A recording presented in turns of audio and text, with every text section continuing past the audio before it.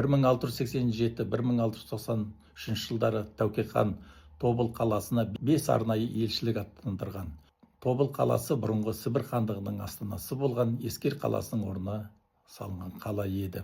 Қазақ ордасынан аттанған Тәуке ханның елшілігінің келіссөздері бірде дұрыс нәтиже беріп жатса, бірде жаугершілікке ұласып кеткенін көреміз. Соның бірі Сібірге сауда келісімін жасау үшін аттанған Сары Батыр мен Күлдей мырзаның Ертіс жағасында ұсталуы. Орыс үкіметі қазақ елшілігін ұстап, қайтармай қойғанына қарамастан, мәмілеге келерміз деген оймен қазақ ордасы елші үстіне елші жібереді.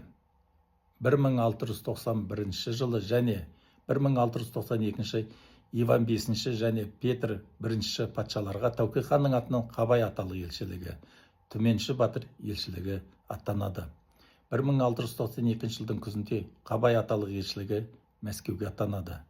1693 жылдың қазан айында Тәуке хан Тайқоңыр Батыр Құлтабай аталы ұлын Сары мен Көлдейді босату туралы талаппен тағы да бірінші Петрге жұмсады.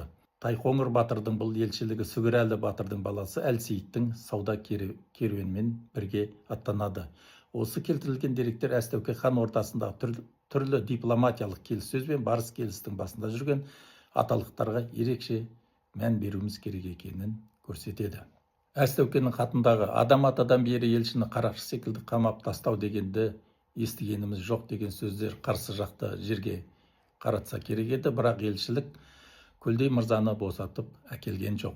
Елдің намысына тиетін оқиға болғаннан кейін қазақ жасақтарының шекаралық алқаптағы Ресей қоныстарына шабуылы жиілеп, адамдарын байлап, малын айдап кету оқиғалары күнделікті көрініске айналды.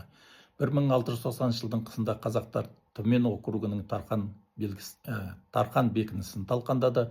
1691 жылы Царев Городищ аталатын орыс бекінісіне қазіргі Қорған қаласына шабуыл жасады. Содан 1690-1692 жылдары қазақ жасақтары Сібірдің Тара қаласына дейінгі аймақтағы елге тыныштық бермеді. Сібірдегі орыс басшылығы амал жоқтығынан 1692 жылы Андрей Неприпасов бастаған елшілікті жіберуге мәжбүр болған еді. Содан келіп Тәуке де орыстың амалын өзіне жасады. Қазақ ордасына келген бетте жоғары жазғанымыздай Андрей Неприпасов елшілігін ұстады.